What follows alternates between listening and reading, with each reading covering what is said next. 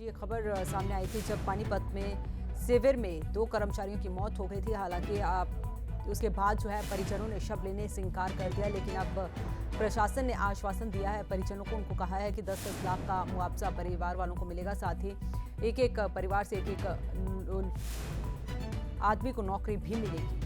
तो उसके बाद अब परिजन जो है वो शव लेने के लिए तैयार हुए हैं।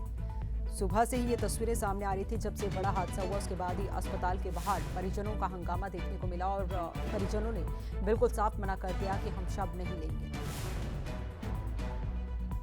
तो नूरपुर में शिविर में गिरे थे 2 युवक और उसके बाद जो है अस्पताल में मौत हो गई थी। उसके बाद परिजनों ने शव लेने से इनकार कर दिया और अब प्रशासन की तरफ से आश्वासन दिया गया है।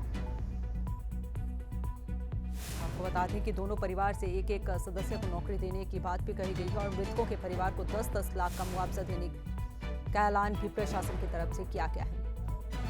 तो प्रशासन के आश्वासन के बाद ही अब शव लेने के लिए तैयार हुए हैं परिजन और दोनों परिवार में से एक-एक सदस्य को नौकरी का आश्वासन यहां पर दिया गया है।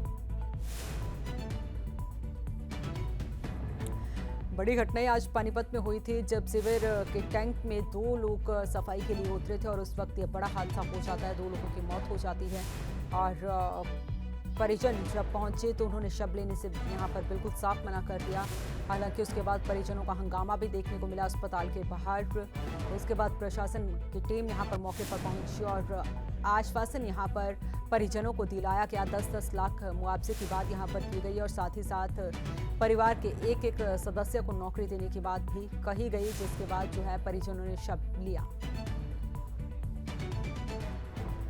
तो मृतकों के परिवारों को 10-10 लाख का मुआवजा मिलेगा और दोनों ही परिवार से एक-एक सदस्य को नौकरी का आश्वासन भी यहाँ पर दिया गया है। ज्यादा जानकारी के साथ हमारे सहयोगी सुमित भारद्वाज जुड़ चुके हैं। सुमित, जानकारी चाहेंगे इस पूरी खबर को लेकर, क्या अब परिवार मान गया है?